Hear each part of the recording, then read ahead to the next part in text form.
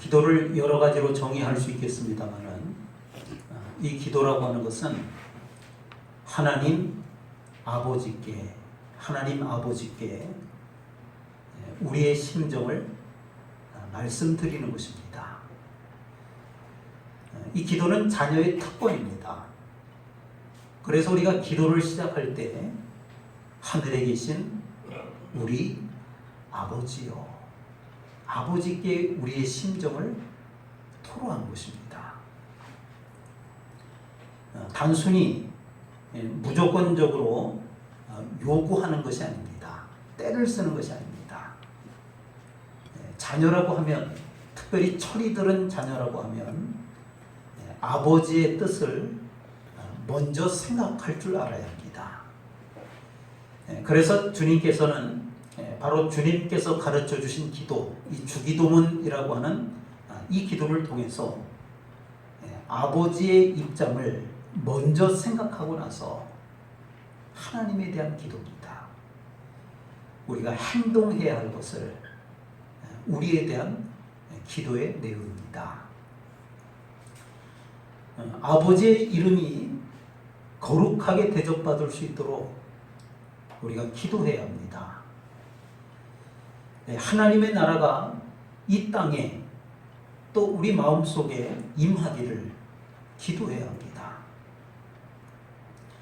하나님의 뜻이 나의 삶을 통해서 온전히 이루어지기를 우리가 기도해야 합니다.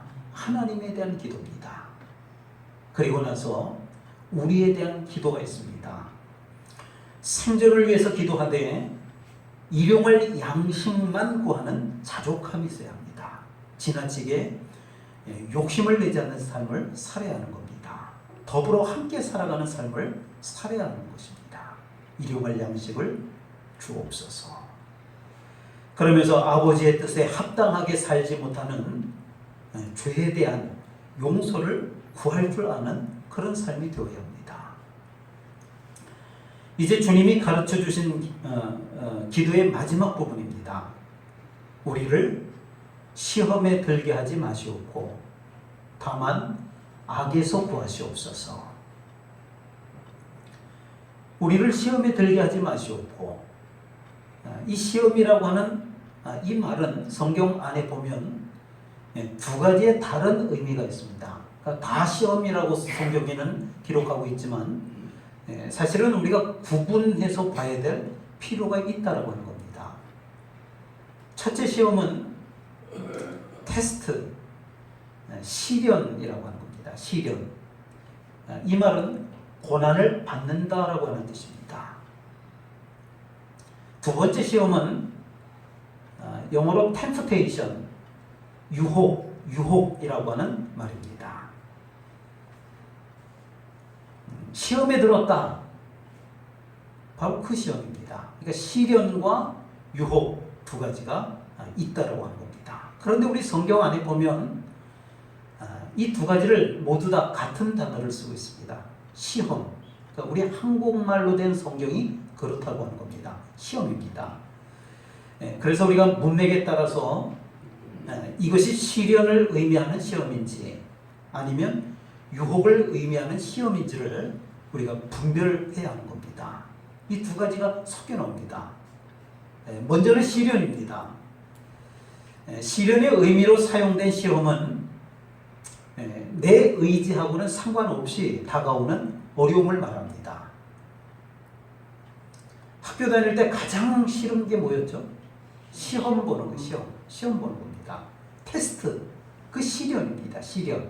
첫 번째 의미, 시련입니다. 시험을 보는 걸 원하는 학생은 없습니다. 물론 공부를 너무너무 잘해서 자기 실력을 뽐내고 싶은 학생들이 간혹 있겠죠. 그러나 대다수의 학생들은 나의 의지하고 상관없이 그냥 시험을 봐야 되는 겁니다. 제가 초등학교 시절에는 매월 원래고사라고 하는 시험이 있었습니다. 국어, 산수, 사회, 자연, 도덕 5과목 시험을 봤습니다. 500점 만점 중에 450점 이상을 맞게 되면 우등상장을 선생님이 주곤 했습니다. 제가 5학년 때 단짝 친구인 희영이는 반에서 늘 1등을 하는 그런 아이였습니다. 마지막 시간에 도덕시험을 보게 되었습니다. 사실 이 도덕시험은요, 국어, 산수, 사회, 자연하고 달라서 1등을 하는 아이나 꼴등을 하는 아이나 거의 대부분이 100점을 맞는 그런 시험이었습니다. 어른들께 인사를 잘해야 될까요? 안 해야 될까요? 잘해야 된다.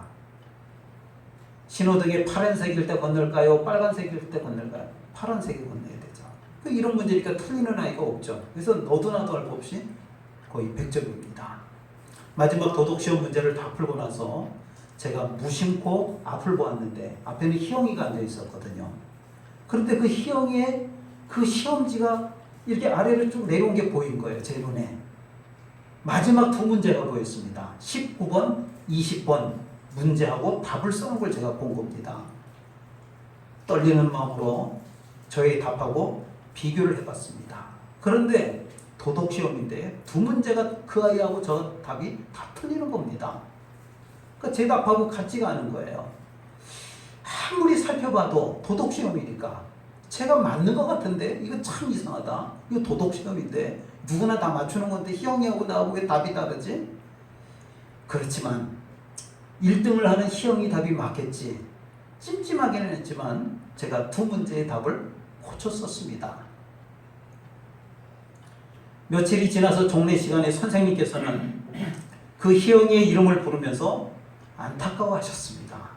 희영아, 두 문제만 더 맞으면 만점인데 하필이면 제일 쉬운 두 문제를 틀려가지고 왜 만점을 못 맞았니? 희영이가 왜 그랬는지 저도 지금까지도 잘 모르겠습니다.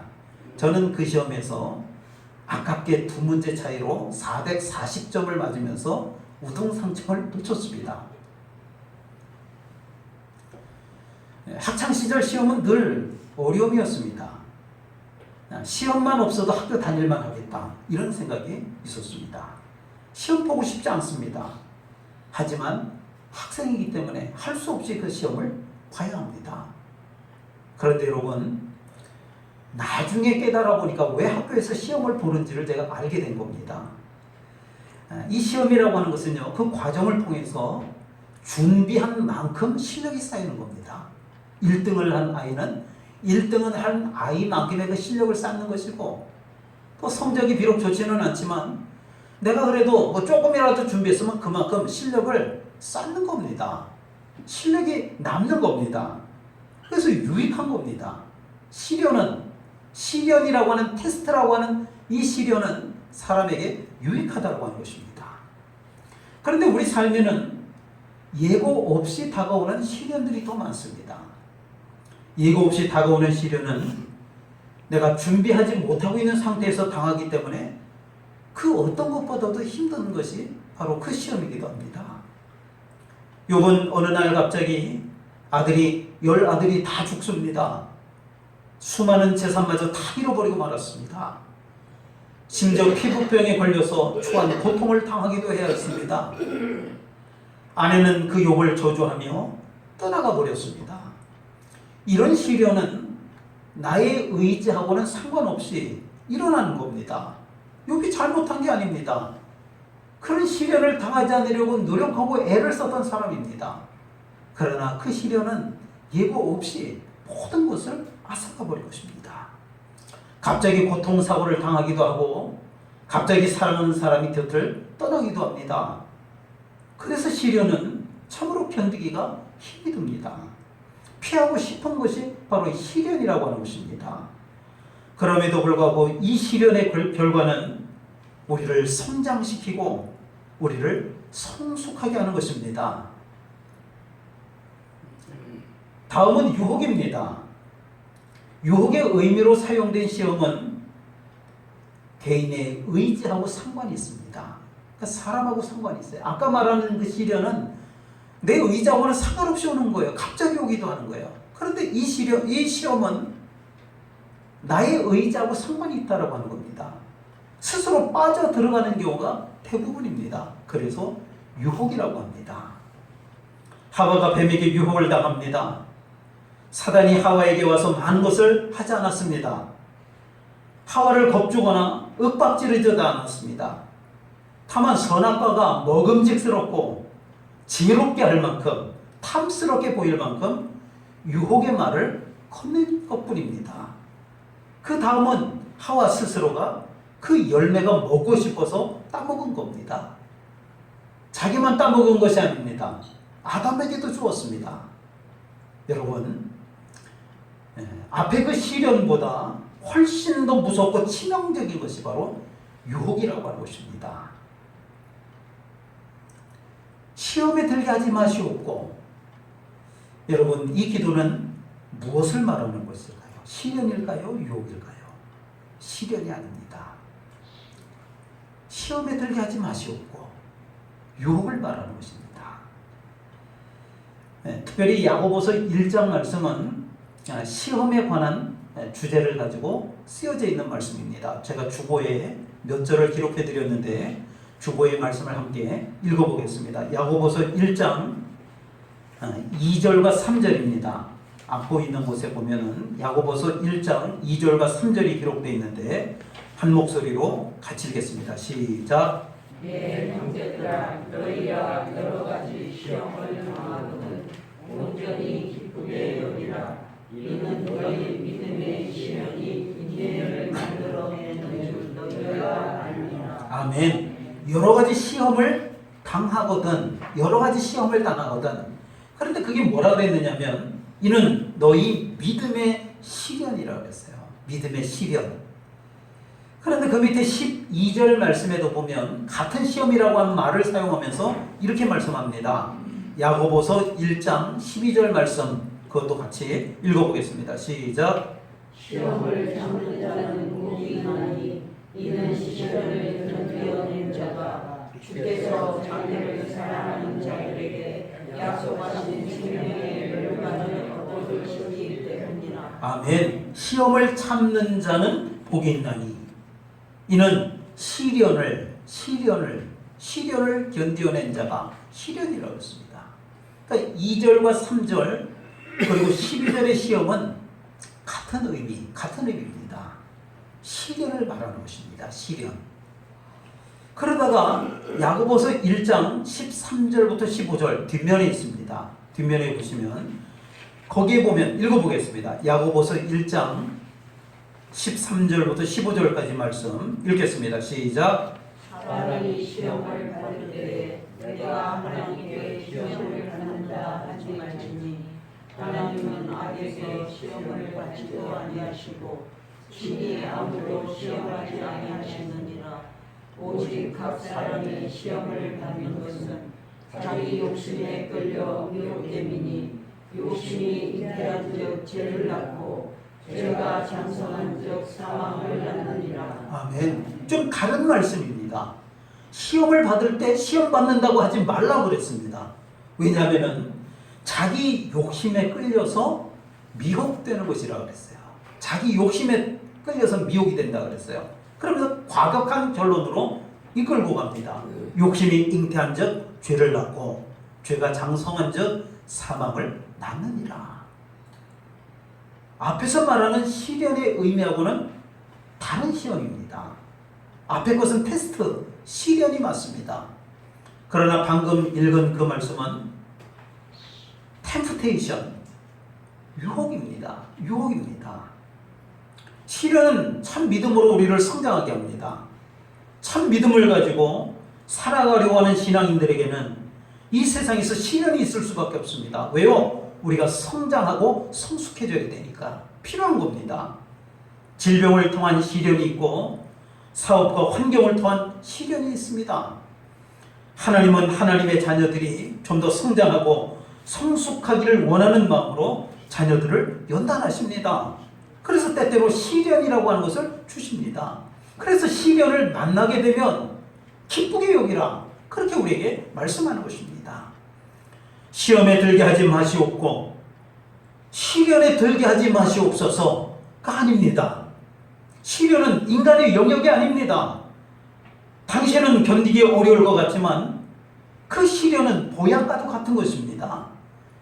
시험에 들게 하지 마시옵고, 이 기도는 유혹의 빠지지 않게 하옵소서. 우리가 주기도문을 할 때 시험에 들게 하지 마시옵소서. 이 기도는 유혹에 빠지지 않게 주옵소서. 이런 기도인 줄로 깨달으시길 바랍니다. 우리가 이렇게 기도해야 되는 것은 이 세상은 거대한 유혹 덩어리이기 때문에 그렇습니다. 끊임없이 물질의 유혹이 우리를 감싸 안습니다. 쾌락의 유혹이 우리를 끌어들입니다. 죄를 짓고자 하는 마음이 끊임없이 우리를 유혹하는 것입니다.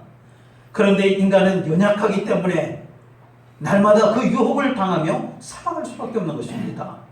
우리는 유혹을 당할 수밖에 없는 타락한 인간입니다. 연약한 존재들입니다. 이것을 바르게 깨닫는 사람만이 이런 기도를 할 수 있는 것입니다. 시험에 들게 하지 마시옵고, 시험에 들게 하지 마시옵고, 주님, 유혹이 될 만한 자리에는 제가 가지 않겠습니다. 이러한 다짐을 포함하고 있는 기도인 줄로 깨달으시길 바랍니다. 죄를 지을 만한 자리에는 가지 않는 것이 좋습니다. 우리가 주기도문을 암송하면서 우리를 유혹하는 것들을 생각해야 합니다. 그리고 유혹 많은 세상에 살고 있다라고 하는 사실을 깨달아야 합니다. 현재 유혹을 당하고 있다라고 하는 것을 깨달아야 합니다. 그러면서 또 한마디의 기도를 합니다. 악에서 구하시옵소서. 우리를 악에서 구하시옵소서. 유혹받지 않도록 우리를 지켜주시고 악에서 우리를 구해주옵소서. 적극적이고 직접적인 표현입니다. 우리를 유혹하는 모든 것에 빠지지 않을 뿐만 아니라 모든 악에서도 우리가 건짐을 받기를 원합니다. 데살로니가전서 5장 22절에 보면 악은 어떤 모양이라도 버리라고 했습니다. 낚시를 좋아하는 사람들이 낚싯대를 들여옵니다. 들여올 때는 그냥 낚싯바늘만 들여오는 것이 아닙니다. 낚싯바늘에 반드시 뭐를 끼죠? 미끼를 끼워야 돼요. 그죠? 미끼가 있어야 되는 거예요. 그럼 물고기가 와서 그 미끼를 물다가 잡히는 겁니다. 설령 요동을 쳐서 실패했다 할지라도 그 멍청한 물고기가 다시 와서 그 미끼를 또 무는 겁니다. 여러분, 그 물고기가 낚싯대를 좋아해서 낚싯바늘을 무는 걸까요? 아닙니다. 미끼 때문입니다. 우리에게도 악은 처음부터 무섭고 끔찍한 모습으로 다가오지 않습니다. 바늘로 다가오는 게 아닙니다. 미끼로 다가오는 겁니다. 달콤한 제안을 합니다. 작은 타협을 합니다. 별거 아닌 것 같은 거짓말을 합니다. 순간적인 분노의 모습으로 나타나기도 합니다. 그렇게 찾아옵니다. 다만 악에서 구하시옵소서. 하나님, 악한 일을 당하지 않게 해주십시오가 아닙니다. 악은 좋은 것처럼 보일 때에도, 미끼처럼 보일 때에도 그것을 알아보게 하시고 그 길에 들어서지 않게 주옵소서. 이러한 기도인 줄로 깨달으시길 바랍니다. 악은요, 악의 모습으로 찾아오지 않습니다. 우리를 유혹하기 위하여 우리가 원하는 모습으로 맛있는 미끼로 다가오는 것입니다. 걷기 시작하는 아이는 자기 세상을 만난 것처럼 걷습니다. 거침없이 자기 마음대로 걷기도 하고 뛰기도 합니다. 엄마는 어떨 때는 마음대로 두지만 또 어떨 때는 그 아이의 손을 붙잡아 줍니다. 위험한 상황을 모르는 아이는 손을 놓으라고 엄마에게 짜증을 냅니다.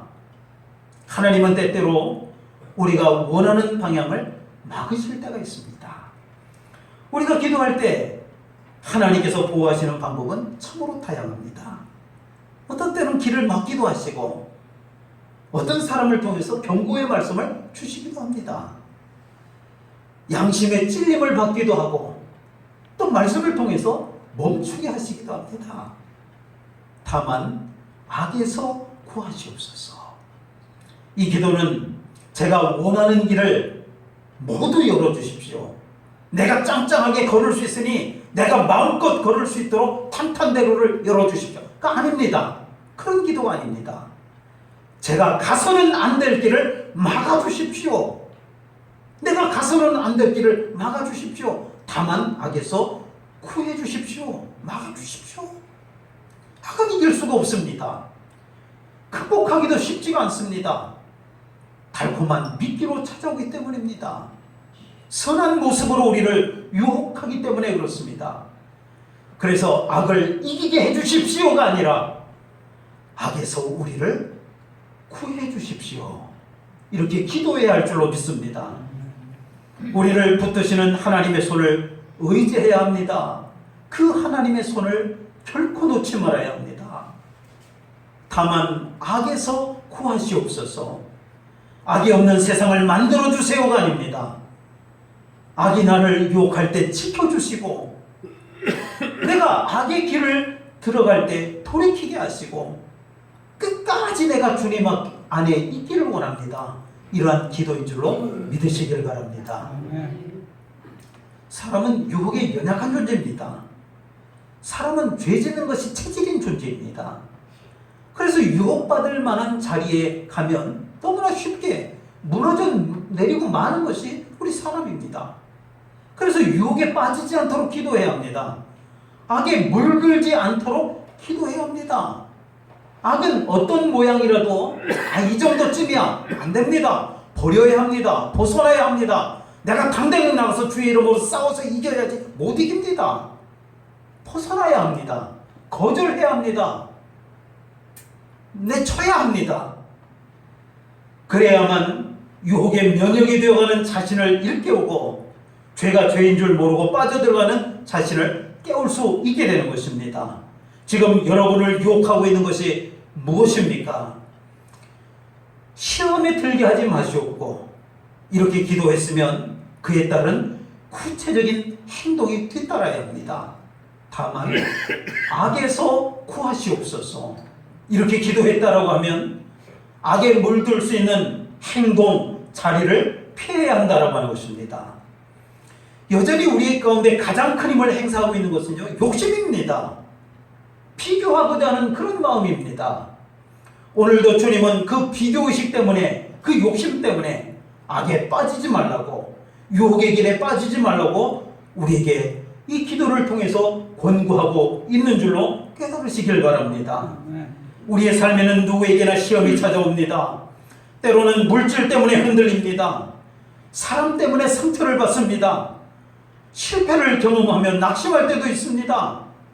어떨 때는 너무나 힘이 들어서 하나님을 원망할 때도 있습니다.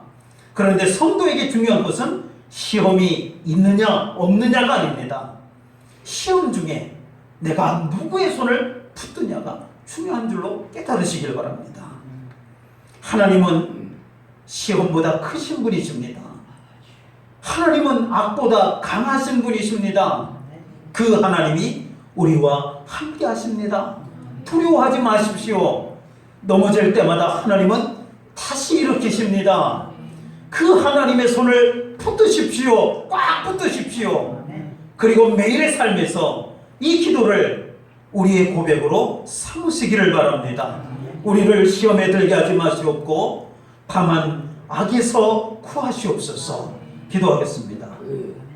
하나님 아버지, 시련을 만날 때 불평할 것이 아니라 더 큰 것을 주시려고 나를 단련하시려고 하는 과정임을 믿고 오히려 기뻐하며 감사하는 삶이 되게 하여 주옵소서. 그럴 때 우리가 더욱더 성장하고 성숙하는 줄로 믿습니다. 그러나 우리를 시험에 들게 하지 마시옵고 이 시험이라고 하는 유혹이 우리 가운데 임할 때에는 피하게 하여 주옵소서. 어떤 모양이라도 악은 멀리하게 하시고 그 악으로부터 우리를 구하여 주시기를 원합니다. 감사드리며 예수님의 이름으로 기도하옵나이다. 아멘.